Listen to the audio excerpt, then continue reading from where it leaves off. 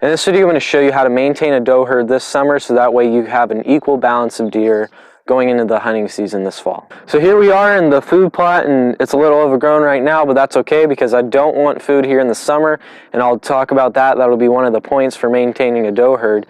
But really, maintaining a doe herd is pretty easy if you do the steps. And so, I mean, during the summer, the only way to really do that is by trail cameras. You're monitoring those does during the summer, seeing how many groups of them there are, just being out in the woods and watching them as well.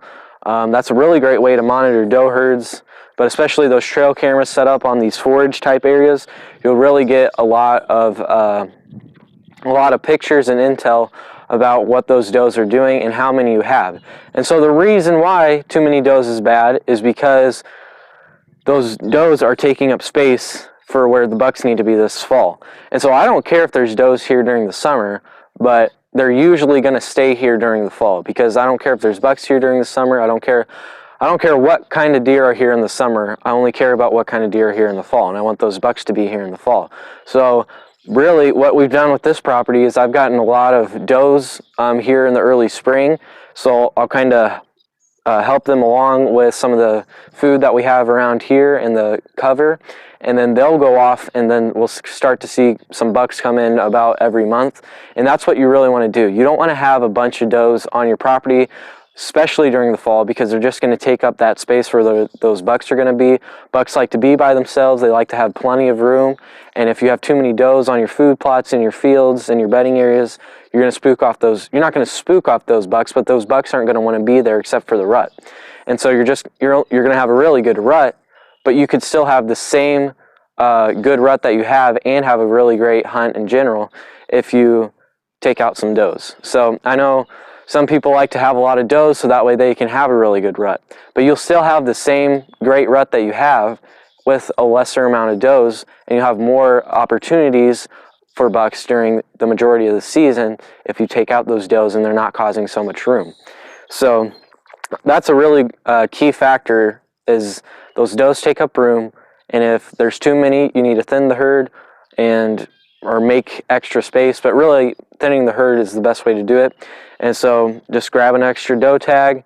Does should not be hard to hunt if you have a good property, and so grab a doe tag, take a couple does out if need be, and then you'll be looking really good going into this fall. And so another reason is they eat up a lot of that food, but for the summer it's a lot different, because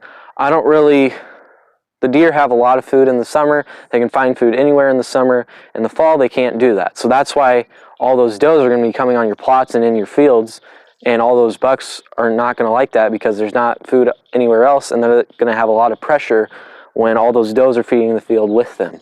And so they're going to go find a new place by themselves to go eat. So you really don't want that. And just while we're at it, why don't you want a summer food plot? Why don't you want a spring food plot? There's a couple of reasons. There's good reasons and bad reasons. And a good reason to have a summer food plot is if you have a low deer herd. If you don't have that many deer on your property, if you don't have that many deer in your neighborhood, your community, you're really bringing those food plots. You're going to be attracting more deer, having more deer stay here, and then they're going to be here throughout the summer. So that's a really great reason to have a summer food plot. But most people already have a good deer herd, and you might have a good deer herd and think, oh, I'm going to put a summer food plot in so that way I have even more deer. That's not going to help. You're just going to bring those deer that you already have, and they're going to demolish your food plot. So you need to have that equal balance and know that equal balance, so that way you're not hurting your property or the deer herd as well. So I'm not going to be planning a summer food plot this year. I don't really want a summer food plot, because if I'm attracting those bucks during the summer, then I'm going to be pushing them off in the fall, because then I'll have summer habitat and then they're going to leave for their fall habitat. So right now I have a lot of fall habitat because I don't have food here in the summer, and then when they come back in the fall, that's when this is really going to be great. I have those freshly planted food plot in August. They'll really be coming in here hard in October and eating on this. So we had a lot of good bucks here last year. Wasn't able to get any of them, but we still had a ton of good deer and a ton of good bucks here, the best I've seen so far. So that's a really great thing to do. And I didn't have a summer food plot last year. I had a summer food plot, I think, 1 year, and it did fine because there wasn't a lot of deer here. But now that we've worked here, I'm seeing deer regularly.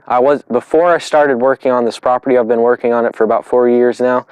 Before I started working on this property, there were barely any deer here. You would be lucky to see a deer here during deer hunting season.